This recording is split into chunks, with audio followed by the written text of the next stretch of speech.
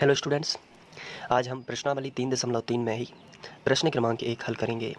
तो आइए सबसे पहले प्रश्न पढ़ लेते हैं। तो इसमें दिया गया है किस चतुर्थांश में या किस अक्ष पर बिंदु -2, 4, 3, -1, -1, 0, 1, 2 और -3, -5 स्थित हैं। तो ये 4 बिंदु जो हैं वो स्थित हैं। कार्तीय तल पर इनका स्थान निर्धारण करके अपने उत्तर सत्यापित कीजिए। तो यहाँ पे कार्तीय तल हमें बनाना होगा और कार्तीय तल के बारे में आप जानते हैं, पिछले सभी वीडियो लेक्चर में हमने इसकी बात की हुई है कि कार्तीय तल आखिर होता क्या है। और ये सभी बिंदु हमें ग्राफ पर दर्शाने होंगे और ग्राफ में ही कार्तीय तल होता है। तो हमें सबसे पहले ग्राफ बनाने की ज़रूरत होगी। तो आइए हम सबसे पहले ग्राफ बनाते हैं। तो यहाँ पर हम सबसे पहले एक्स अक्ष खींचते हैं। तो स्केल की सहायता से हम यहाँ पर एक्स अक्ष खींच लेते हैं। इसके बाद वाई अक्ष भी खींचेंगे। तो ये हमने रखा स्केल और यहाँ पे वाई अक्ष भी खींच लिया। बीच में होता है मूल बिंदु। तो यहाँ पे हमने मूल बिंदु, यहाँ पे समान अंतर दे दिया 1, 2, 3, 4, 5। यहाँ पे भी दे दिया 1, 2, 3, 4, 5। ऊपर भी इसी तरीके से 1, 2, 3, 4, 5 और इसी तरीके से नीचे 1, 2, 3, यहाँ पे आ जाएगा 4, 5। ये जो लाइन होती है इसे हम तीर के चिन्ह से प्रदर्शित करते हैं। इसका मतलब ये होता है कि इसे हम आगे तक बढ़ा सकते हैं और ये हो जाएगा एक्स अक्ष और ये होता है एक्स का माइनस भाग एक्स डैश अक्ष। इसके साथ साथ जो ऊपर रहता है यहाँ पे ये होता है वाई अक्ष और जो नीचे रहेगा ये रहेगा वाई माइनस अक्ष। अब यहाँ पे नंबरिंग कर देते हैं 1, 2, 3, 4, 5। यहाँ पे माइनस वाली नंबरिंग -1, -2, -3, -4, -5। ऊपर भी नंबरिंग करते हैं। तो 1, 2, यहाँ पे 3, फिर 4, फिर आ जाएगा 5। यहाँ पे नीचे नंबरिंग करेंगे तो -1, -2, -3, -4, -5 और ज़रूरत होगी तो फिर आगे बढ़ा लेंगे। अभी चलिए अब जो बिंदु हमें क्वेश्चन में दिए गए हैं उनको देख लेते हैं। तो क्वेश्चन के यदि बिंदु देखे जाएं तो -2 और 4 है। तो सबसे पहले हम -2 और 4 को निर्धारित करेंगे। तो -2 पहले देखेंगे क्योंकि यहाँ पे मैं आपको निर्देशांक देखना भी बता चुका हूँ। पहला कहलाता है भुज और दूसरा नंबर जो होता है वो कोटि का होता है। तो भुज यानी कि एक्स अक्ष, पहला बिंदु रहेगा एक्स अक्ष पर और दूसरा बिंदु रहेगा वाई अक्ष पर, है ना। तो एक्स अक्ष पर हमें -2 देखना है। तो यहाँ पे एक्स अक्ष ये क्षैतिज लाइन कहलाती है एक्स अक्ष और इस पर हमें -2 यहाँ पे मिलेगा। तो ये हमें -2 मिल चुका है। लेकिन यहाँ पे यदि बात की जाए तो वाई अक्ष पर हमें 4 देखना है। तो 4 में कोई भी चिन्ह नहीं लगा है तो ये प्लस का माना जाता है। तो हमें 4 जो है वो प्लस का देखना है। तो ये वाई अक्ष पर प्लस का 4 ऊपर मिलेगा और वाई अक्ष पर यदि माइनस का 4 होता तो नीचे मिलता। तो ये प्लस का 4 यहाँ पे मिलेगा। तो ये -2 है और ये +4 है। तो हम इसको डायरेक्ट नहीं मिलाते हैं क्योंकि हमें कॉर्नर चाहिए।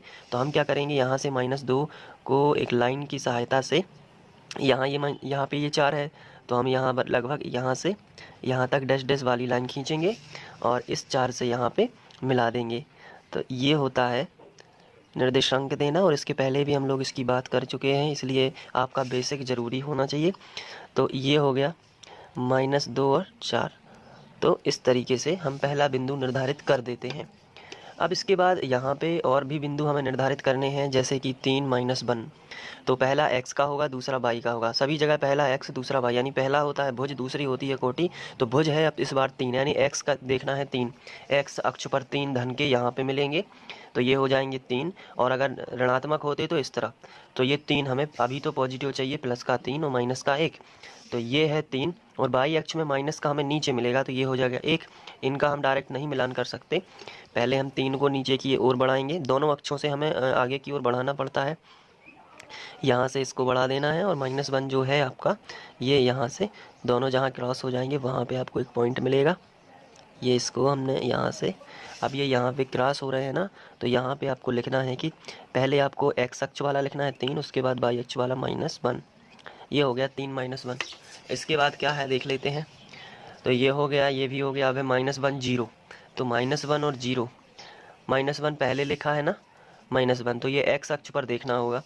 तो एक्स अक्ष पर ये है -1 और 0 ये है, तो 0 को -1 से मिलाएंगे तो यहाँ पे जो अंक होता है वहीं पे हमें बिंदु देना होता है। 0 पर तो हम बिंदु नहीं दे सकते, तो इसलिए -1 पर ही हम बिंदु दे देंगे। तो ये हो गया -1 और 0, ये इस तरीके से। अब देख लेते हैं कि क्या है 1 और 2। तो पहले 1 है, तो एक्स अक्ष पर हम 1 देखेंगे और बाई अक्ष पर 2 देखेंगे। तो बाई अक्ष का 2 ये है, क्योंकि धन का है ना 2, क्योंकि हमें दिया गया है 1 और 2।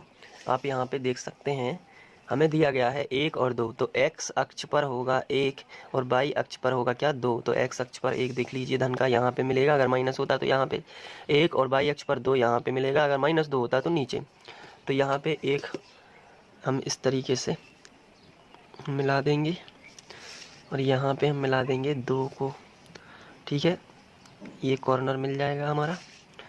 यहाँ पे हम लिख सकते हैं कि हमारा बिंदु है 1 और 2। इसके बाद क्वेश्चन में चलते हैं। -3 -5 ये भी हमें मिलाना, -3 -5। पहले -3 है तो वो एक्स अक्ष में देखा जाएगा और -5 वाई अक्ष में, तो इन दोनों का मिलान करना है, -3 -5। तो पहले हम -3 को बढ़ा लेते हैं नीचे,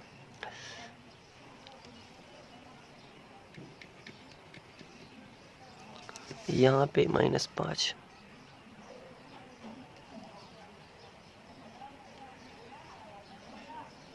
अब ये जहाँ पे क्रॉस हुए हैं वहाँ पे हम लिख सकते हैं -3 और -5।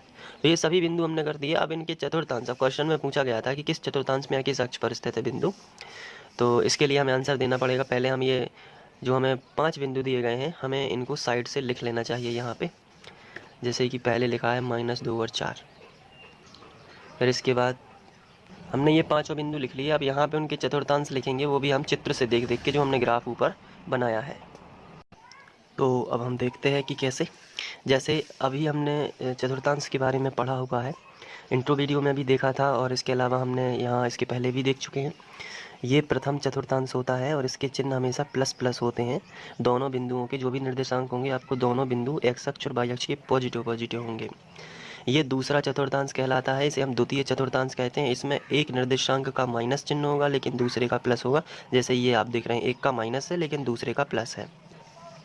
यहाँ पे ये तृतीय चतुर्थांश कहलाता है और इसमें होता क्या है कि दोनों बिंदुओं के जो चिन्ह हैं वो माइनस होते हैं, आप देख सकते हैं। और ये कहलाता है चतुर्थ चतुर्थांश। इसमें एक बिंदु का चिन्ह प्लस होगा लेकिन दूसरे का माइनस होता है, और जैसे कि आप यहाँ पे भी देख सकते हैं। तो ये चतुर्थ चतुर्थांश कहलाता है। तो ये जो बिंदु आपको दिए गए हैं, ये बताना है कि कौन सा बिंदु किस चतुर्थांश में स्थित है। जैसे कि -2 और 4।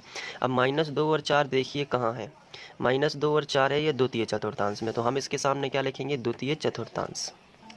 इसके बाद 3 -1, 3 -1 कहाँ पे है, ये देखिए यहाँ पे चतुर्थ में ना है, चतुर्थ में 3 -1, तो यहाँ पे क्या लिखना है, चतुर्थ चतुर्थांश। इसके बाद -1 और 0, -1 0 देख लेते हैं कहाँ पे, -1 0 एक्स अक्ष पर है ना, ये देखिए एक्स अक्ष पर है, ये है यहाँ पे बिंदु, तो यहाँ पे हम लिखेंगे एक्स अक्ष पर।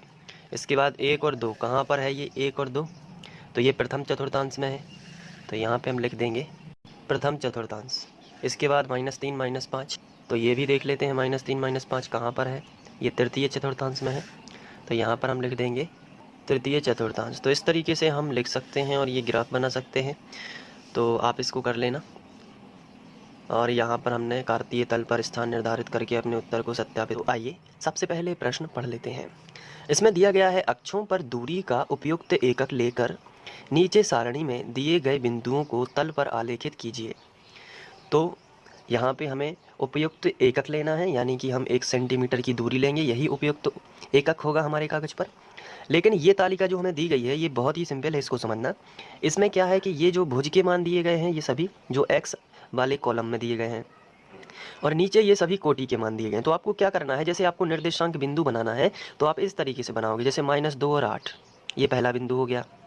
इसी तरीके से -1 और 7 ये आपको क्या करना है, एक x का अंक उठाना है और उसी के नीचे का y का उठाना है, तो एक आपको बिंदु मिलेगा। तो इस तरीके से ये भी हो जाएगा 0 माइनस 0 और माइनस 1.25। ये सभी बिंदु आप बना सकते हो, जैसे 1 3 हो गया और 3 -1। अब ये बिंदु बना के क्या करना है, ये बिंदु बना के हमें इसे ग्राफ पर दर्शाना है। कहाँ पर, ग्राफ पर। यहाँ पे लिखा है ना कि बिंदुओं को तल पर आलेखित कीजिए, तल का मतलब ग्राफ ही है, तो हमें ग्राफ पर आलेखित करना है। तो इसके लिए हमें एक ग्राफ बनाना होगा। ग्राफ इस तरीके से बनाना है जिसमें देखिए हमें देखना पड़ता है कि ग्राफ कितना बड़ा बनेगा या कितना छोटा। तो जैसे x का अधिकतम कहाँ तक जा रहा है, अधिकतम 3 तक जा रहा है धन में, और ऋण में -2 तक जा रहा है। जबकि अगर यहाँ पे देखें तो y का अधिकतम यहाँ पे 8 तक जा रहा है। तो इसका मतलब है कि हमें 8 तक खींचना चाहिए। तो y का धनात्मक वाली जो अक्ष है वो थोड़ी हमें बड़ी खींचनी पड़ेगी। तो इस तरीके से आपको अनुमान लगाना है कि हमारा ग्राफ किस तरीके से खींचा जाएगा। नहीं तो क्या होगा कि पहले आप ग्राफ खींच लोगे, बाद में आपको लगेगा कि यहाँ तो 8 तक जाना है, मैंने 8 तक दिया ही नहीं, तो गलत हो सकता है, इसलिए मैंने यहाँ पे आपको बताया है। चलिए, तो अब इस तरीके से बिंदु हो जाएंगे, तो ये सभी बिंदु हो जाएंगे, जैसे पहला ये हो गया, दूसरा ये हो गया, तीसरा ये, चौथा ये, पाँचवा ये, 5 बिंदु हैं, इन्हें ग्राफ पर दिखाना है। तो अब हम ग्राफ खींच लेंगे। तो ग्राफ खींचना मैंने आपको कई बार बता दिया है, इसलिए मैंने डायरेक्ट ही यहाँ पे ग्राफ खींच लिया है। अब इसमें देखिए y का जो बिंदु है, ये मैंने y का जो अक्ष है ये मैंने काफ़ी बड़ा बनाया है 8 तक, क्योंकि हमें इसकी ज़रूरत पड़ेगी, और बाकी x y के छोटे छोटे बनाए हुए हैं। तो इस तरीके से भी हम ग्राफ बना सकते हैं। अब बात करें हमारे बिंदु की, तो अगर हम क्वेश्चन में जाएँ तो क्वेश्चन में लिखा है -2 और 8। तो x का -2 और y का 8। तो देखते हैं x का -2 कहाँ पे मिलेगा, बताइए। ये है x का -2 और y का 8 कहाँ मिलेगा, y का 8 ये है पॉजिटिव। तो अब इन दोनों को मिलाना है। तो यहाँ -2 को हम इस तरीके से यहाँ से, बिल्कुल सीधा स्केल होना चाहिए, तो अब हम सीधा स्केल रखेंगे ग्राफ के अनुसार। ये हमारा ग्राफ है। तो -2, ये देखिए यहाँ पे -2, और यहाँ पे ये 8 है, तो 8 यहाँ पे कॉर्नर बन जाएगा, और ये पॉइंट हो जाएगा -2 और 8 का। ये देखिए आप इस तरीके से तो आप मिला लोगे ना, सरल है। इसके बाद आगे देखिए -1 और 7। तो x का -1 आपको कहाँ मिलेगा, ये है, और 7 कहाँ पे है, यहाँ पे है। प्लस का है ना 7, इसलिए यहाँ पे मिलेगा। तो फिर से एक बार -1 से मिलाना स्टार्ट करेंगे। तो -1 से मिलाया इस 7 तक,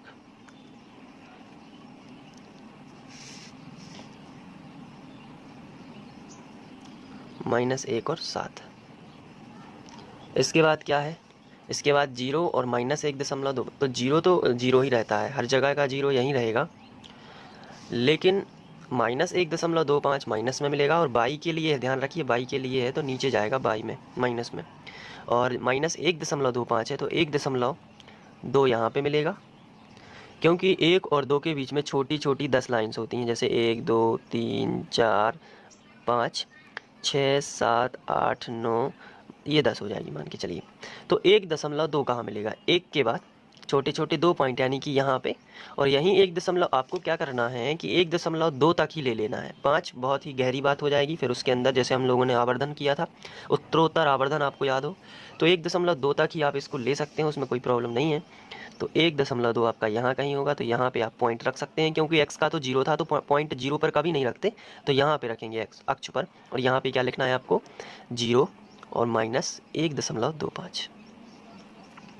इसके बाद 1 और 3, तो x का 1 और y का 3। x का 1 कहाँ पे है, x का 1 ये है, और y का 3 कहाँ मिलेगा, ऊपर मिलेगा, क्योंकि पॉजिटिव 3 है, तो यहाँ पे प्लस का 3 है तो ऊपर ही मिलेगा। तो ये देखिए x का 1 और y का 3 यहाँ पे आपको मिल जाएगा। उसके बाद क्या है, 3 और -1। तो पहले x का क्या है, 3 है, और y का -1। तो x का 3 आपको कहाँ मिलेगा, यहाँ पे x की प्लस वाली संख्या पे, और y का -1 कहाँ मिलेगा आपको, y का -1 नीचे मिलेगा यहाँ पे। तो ये x का 3 है, इसको मिलाना है y के -1 से, यहाँ से, तो मिला देते हैं, और ये यहाँ पे आपको पॉइंट मिलेगा 3 और -1। तो इस तरीके से हम इसे ग्राफ पर आलेखित कर सकते हैं। आपने इसको देखा कि किस तरीके से ये यहाँ पे सॉल्व हुआ है, तो आप इसको देखकर एक बार कर लीजिए। यहाँ पे भी हमें बिंदु दर्शाना चाहिए, ये क्या था, 1 और 3। तो इस तरीके से हमने इसे कर लिया। Thank you.